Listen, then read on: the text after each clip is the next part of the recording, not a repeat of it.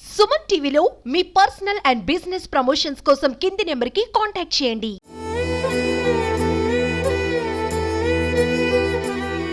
చెల్లి కట్టిన రాఖీ అలానే ఉంది, కానీ చెల్లి మాత్రం లేదు, ఇక రాదు.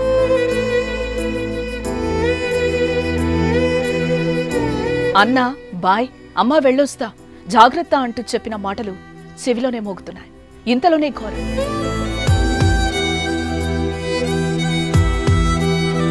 ఇంటి నుంచి ఉద్యోగానికి వెళ్లిన కూతురు తిరిగి రాదన్న విషయం తల్లి చెవించేరింది. నిజంగా కన్నీళ్లు పెట్టించే ఘటనే ఇది. నాన్న చనిపోయినా, బాధ్యత తీసుకోవాల్సిన అన్న వదిలేసి వెళ్లిపోయినా, గుండెల నిండా మొండితనంతో ముందుకు నడిచి చదువుల తల్లిగా పేరు సంపాదించుకుని మంచి ఉద్యోగం సాధించి కలలు నిజమవుతున్న వేళ కళ్ళు మూసింది. అచ్యుతాపురం ఫార్మా సెజ్ ప్రమాద ఘటనలో మృతి చెందిన వారిలో ఒకరైన హారిక కథ ప్రతి ఒక్కరిని గుండెను పిండేస్తోంది.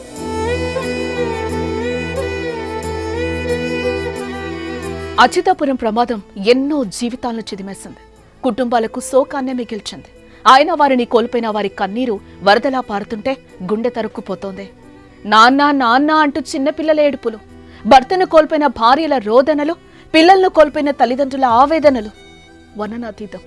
రాఖీ పండగకొచ్చి ప్రేమతో అన్నయ్యకు రాఖీ కట్టి ఉద్యోగంలో చేరిన గంటలో ప్రాణాలు కోల్పోయిన హారిక కథ మరింత విషాదకరం.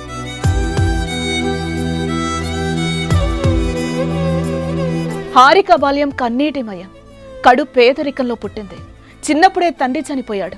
కుటుంబానికి అండగా ఉండాల్సిన సోదరుడు కూడా చిన్నప్పుడే ఇల్లొదిలి వెళ్లిపోయాడు. తల్లి అన్నపూర్ణ నానమ్మ సంరక్షణలో పెరిగింది.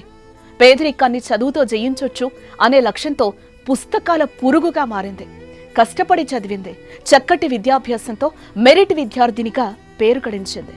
చదువుల తల్లిగా ఎదిగి ఇడుపులపాయ IIITలో కెమికల్ ఇంజనీరింగ్ పూర్తి చేసింది. 8 నెలల క్రితమే కెమికల్ ఇంజనీర్గా ప్రమాదం జరిగిన కంపెనీలో ఉద్యోగం సాధించారు.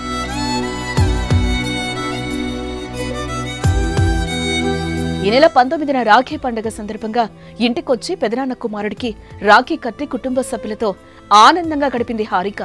మరొక రోజు తమతో ఉండాలని వారు కోరినప్పటికీ సెలవివ్వలేదని తిరిగెళ్లిపోయింది. అలా వెళ్లి కంపెనీ ల్యాబ్కు చేరిన కొద్ది గంటల్లోనే రియాక్టర్ పేలిన ఘటనలో హారిక మృత్యువు ఒడికి చేరింది. హారిక మృతితో కుటుంబ సభ్యులు గుండెలవిసేలా రోధిస్తున్నారు. ఒక్కరోజు ఆగి వెళ్లి ఉంటే బతికేదని తల్లి రోధిస్తున్న తీరు కంటతడి పెట్టిస్తోంది. ఆమె రాఖీ కట్టిన పెదనాన్న కుమారుడు చేతికి చెల్లి కట్టిన రాఖీ చూస్తూ కన్నీరు మున్నీరవుతున్నాడు. జీవితంలో ఎన్నో అష్టకష్టాలను ఎదురొడ్డి ఇప్పుడిప్పుడే నిలదొక్కుని కుటుంబానికి అండగా నిలుస్తున్న హారిక చనిపోవడం నిజంగానే బాధాకరం.